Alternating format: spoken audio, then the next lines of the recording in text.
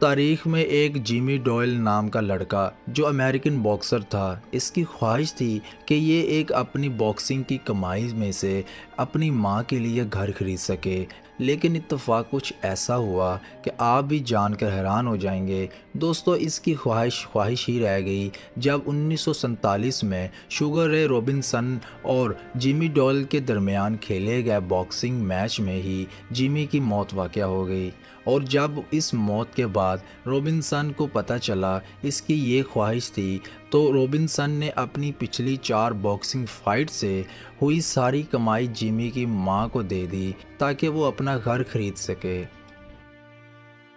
دنیا کی پہلی جنگ یعنی ورلڈ وار ون دنیا کی ایسی جنگ تھی جس میں لاکھوں فوجی اپنی جان سے ہاتھ دھو بیٹھے، لیکن ان سب میں لیونارڈ نائٹ نامی ایک فوجی ایسا بھی تھا جسے پہلی جنگ میں